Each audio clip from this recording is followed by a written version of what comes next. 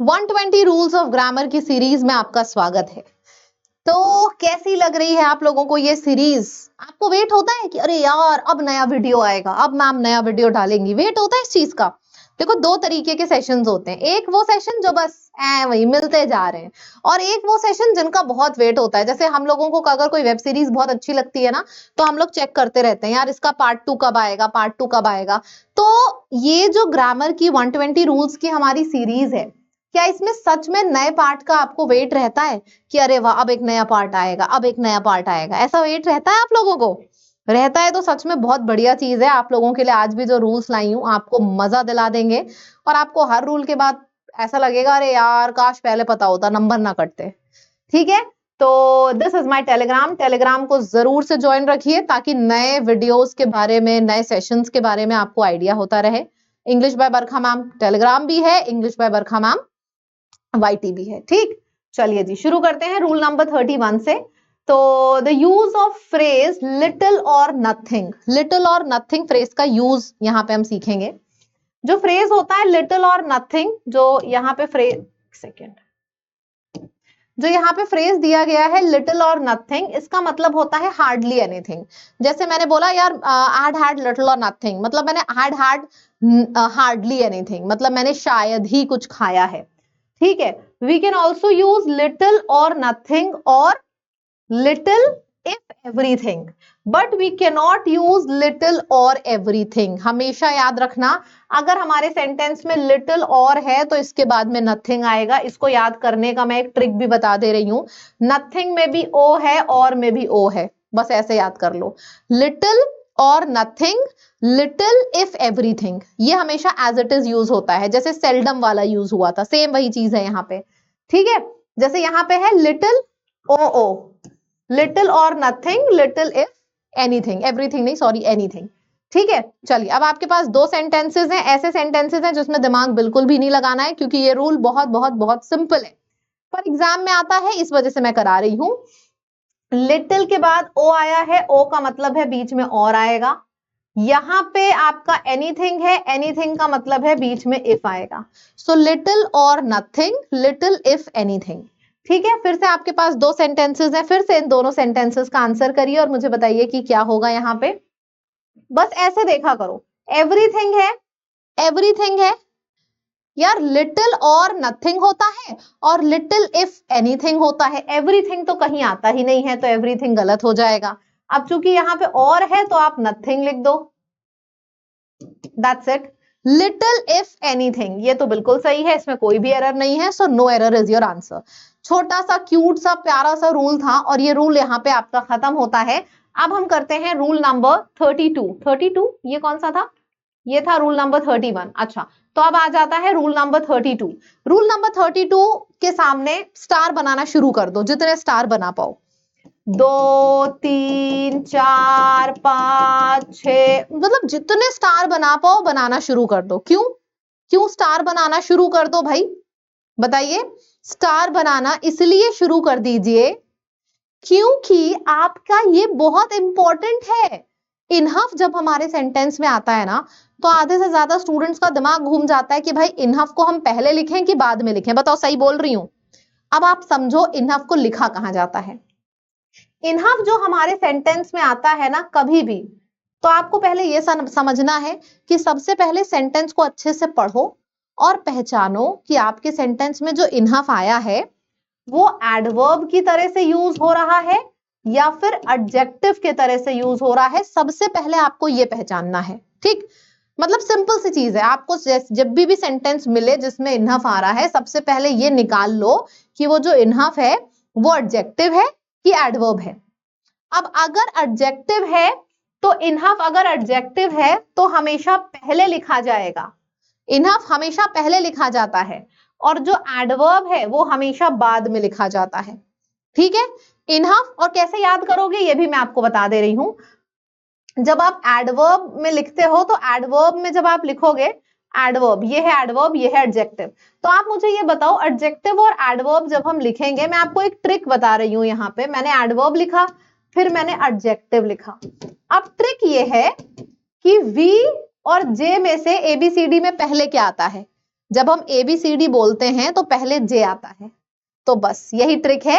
AB देखो AD तो same है, तो इसके लिए कोई ट्रिक नहीं है। ट्रिक बन रही है यहां से, एडवर्ब में V आ रहा है, एडजेक्टिव में J आ रहा है, तो यही से ट्रिक बन रही है कि ABCD जब आप बोलोगे तो J और V में पहले क्या आ रहा है, ABCD पढ़ो, पहले J आता है। अब भाई पहले J आता है, इसका मतलब इनहफ जब एडजेक्टिव की तरह यूज होगा तो वो पहले आएगा, एडवर्ब की तरह यूज होगा तो बाद में आएगा। अब याद रहेगी ना ट्रिक हमेशा। तो हमें सबसे पहले क्या करना है, सेंटेंस को पढ़ना है और ये पता लगाना है कि जो इनहफ है वो एडवर्ब है कि एडजेक्टिव है। फिर ये वाला ट्रिक आ जाएगा, एडजेक्टिव है तो पहले आ जाएगा, एडवर्ब है तो बाद में। किसके पहले किसके बाद में, ये क्वेश्चन के हिसाब से समझ जाओगे। He has enough sugar, sugar noun है, नाउन के बारे में बता रहा है, तो इनफ हमारा एडजेक्टिव है। अब इनफ एडजेक्टिव है तो देखो पहले आया है, किसके पहले आया है, जाहिर सी बात है नाउन के। शी इज स्मार्ट इनफ, अब यहाँ पे इनफ इज स्मार्ट के बारे में बता रहा है, स्मार्ट ने शी के बारे में बताया, प्रोनाउन के बारे में बताया तो स्मार्ट एडजेक्टिव है, और एडजेक्टिव के बारे में बताया तो ये वाला इनफ हमारा एडवर्ब है। बाकी सब हटा दो, ये वाला इनफ हमारा एडवर्ब है। अब एडवर्ब है तो देखो एडजेक्टिव के बाद में आया है, तो बस यही याद रखना कि एडजेक्टिव पहले आएगा, एडवर्ब है तो बाद में आएगा इनफ। अब आपके पास दो सेंटेंसेस हैं, सबसे पहले आपको सिंपली ये निकालना है कि आपके सेंटेंस में जो इनफ है वो एडजेक्टिव है कि एडवर्ब है। एडजेक्टिव है तो पहले, एडवर्ब है तो बाद में, बस इतना याद रखिए। The proposal wasn't enough clear,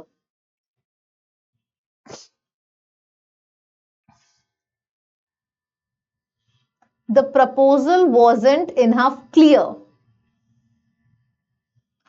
यहां पे क्लियर क्या है, अरे सॉरी, यहां पे आप मुझे ये बताओ, ये क्लियर हमारा proposal wasn't clear enough, proposal noun है, नाउन के बारे में बता रहा है क्लियर, तो क्लियर एडजेक्टिव हुआ, और ये इनहफ जो है वो एडजेक्टिव के बारे में बता रहा है, तो ये वाला इनहफ एडवर्ब हुआ, और एडवर्ब को हमेशा बाद में लिखते हैं, तो इनहफ क्लियर नहीं, क्लियर इनहफ हो जाएगा।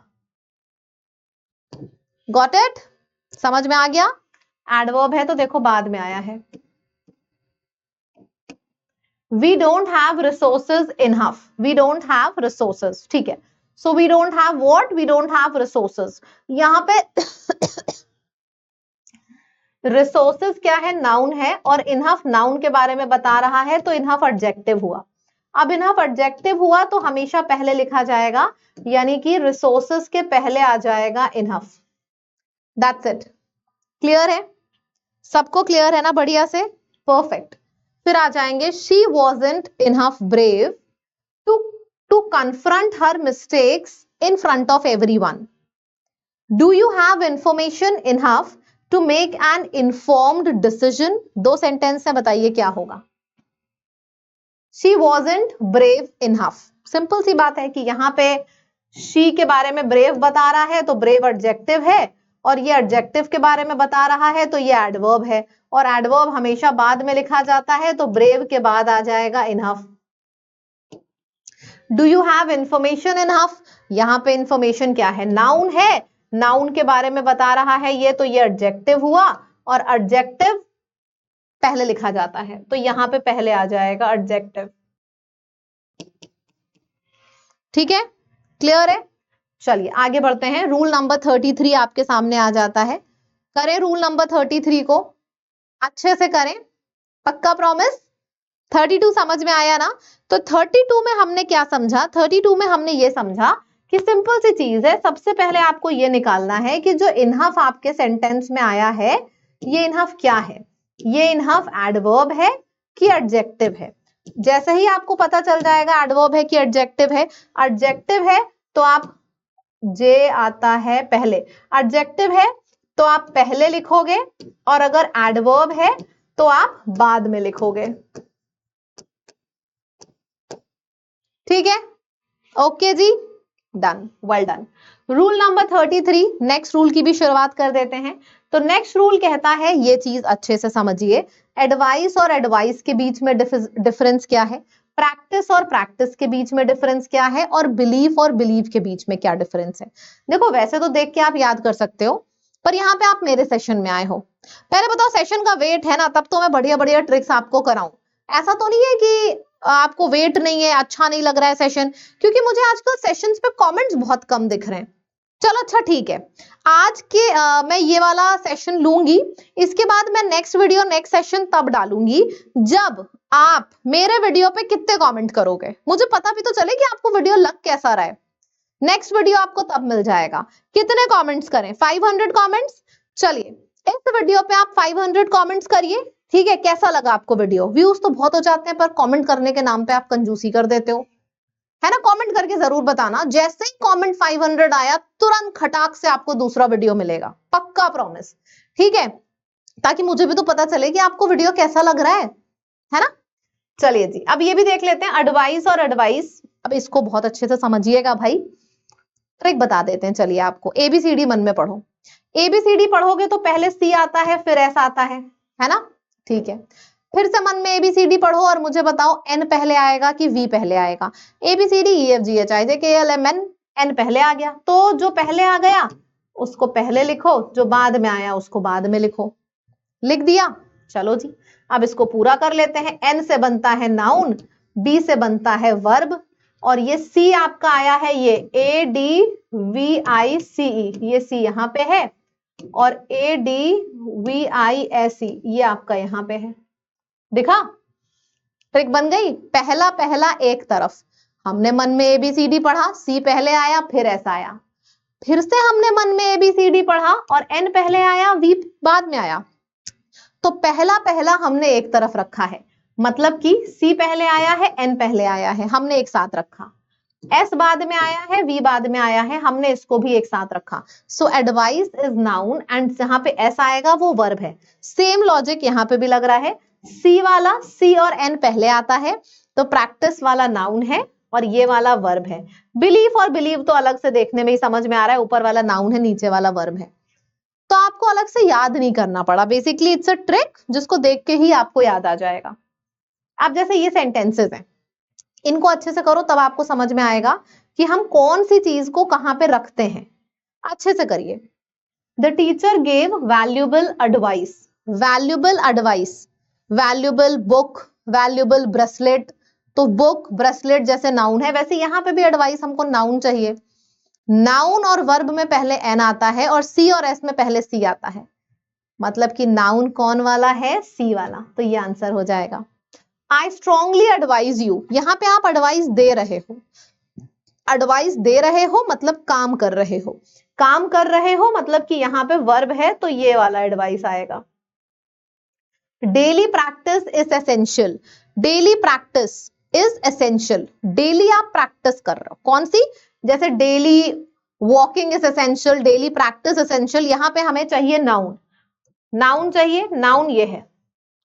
क्योंकि कैसे पता चला हमें यहाँ पे नाउन चाहिए? समझो, अपने मन में हमने सवाल पूछा व्हाट इज एसेंशियल, हमें आंसर मिला डेली प्रैक्टिस इज एसेंशियल, तो कभी भी व्हाट का आंसर अगर मिल रहा है तो वो नाउन होगा, तो हमें यहाँ पे व्हाट का आंसर मिला तो वो नाउन हो गया practice. She likes to practise yoga every morning to stay healthy, she likes to practise yoga, समझिएगा, ठीक है? She likes to practise yoga, to के बाद वर्ब का फर्स्ट फॉर्म आता है, वर्ब हमारा, अच्छा ये है वर्ब, तो प्रैक्टिस ये वाला हो जाएगा, ठीक है? बहुत इजीली आ जाएगा। सारे क्वेश्चंस आपके सामने ही कर रही हूं ताकि आपको ये ना लगे कि कोई सा डिफिकल्ट है। रूल पता है तो फिर सब चीज इजी लगती है। जैसे मैंने बोला, पहले आप इन चारों सेंटेंसेस को करो, बीच बीच में वीडियो को पॉज भी कर दिया करो। अगर आपको ऐसा लग रहा है कि अरे बहुत जल्दी जल्दी हो रहा है वीडियो पॉज करें, तो आप वीडियो पॉज भी कर सकते हो बीच बीच में, ठीक है? चलिए इसको देखते हैं। जैसे मैंने बोला हिज बुक, हिज कॉपी, तो बुक और कॉपी नाउन है, उसी तरीके से हिज बिलीफ, हिज एडजेक्टिव है तो एडजेक्टिव के बाद नाउन आएगा, तो हमें नाउन चाहिए तो बिलीफ हो जाएगा। नीचे है I believe she will succeed, ये मेरा भरोसा है कि वो जीतेगा, आई बिलीव, तो यहाँ पे हमको वर्ब चाहिए तो बिलीव हो जाएगा। The new policy had a positive effect, अच्छा इफेक्ट और इफेक्ट भी पढ़ लेते हैं। इफेक्ट जो है वो नाउन है, अफेक्ट जो है वो वर्ब है।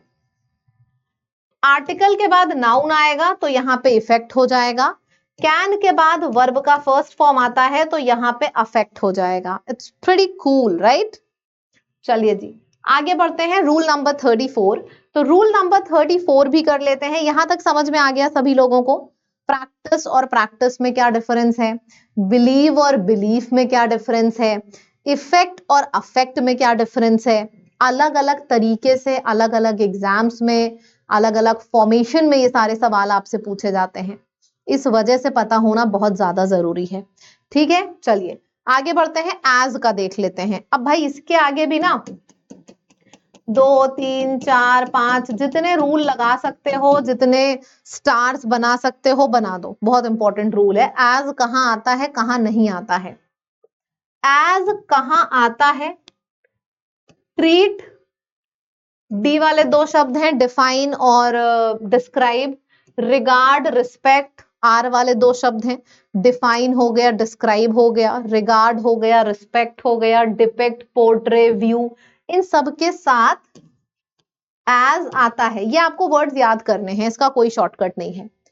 और कभी भी आपके सेंटेंस में इलेक्ट, नेम, थिंक, सी वाले जितने भी हैं, कंसीडर, कॉल, चूज, इन सब के संग एज नहीं आता है। कंसिडर्ड एज हिज ब्रदर नहीं, I consider him my brother, I consider him as my brother नहीं होगा। ठीक है। Biology is defined as the science of living being, defined के संग एज आएगा, लेकिन इलेक्टेड के साथ एज नहीं आएगा। Name, elect, choose, consider, call, make, इन सब के संग एज नहीं आएगा।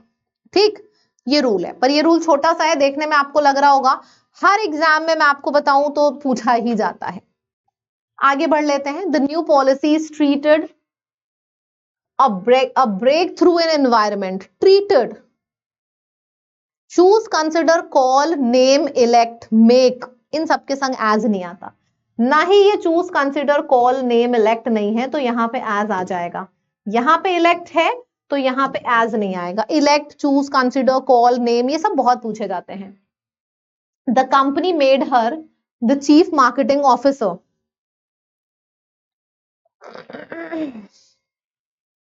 मेक के संग एज नहीं आएगा और यहाँ पे एज लिखा भी नहीं है, मतलब दिस इज एब्सोल्युटली राइट, यहाँ पे कोई एरर नहीं है। डिफाइन, डिस्क्राइब, इन सब के संग एज आता है, यहाँ पे एज आया है, मतलब ये भी बिल्कुल सही है। मैंने तो ऐसे याद किया है, सी वाले सारे, यानी कि choose, consider, call, name, elect, make, इन सब के संग एज नहीं आता। बाकी मुझे जो दिखता है मैं देख लेती हूँ, भाई इसके संग तो एज नहीं आ रहा है, बाकी वाले के संग आएगा, तो इस तरीके से याद कर लेती हूँ। 2-3 बार पढ़ोगे तो लिस्ट याद हो जाएगी। ठीक है। अब आपके लिए मैं यहाँ पे होमवर्क क्वेश्चन दे रही हूँ। सच्ची बता रही हूँ, आप देखो, मुझे अभी ना मैं बहुत बीच की सिचुएशन में हूँ, मुझे समझ में नहीं आ रहा, क्योंकि बहुत कम स्टूडेंट्स हैं जो कमेंट करके मुझे बता रहे हैं कि आपको ये वीडियो अच्छा लग रहा है।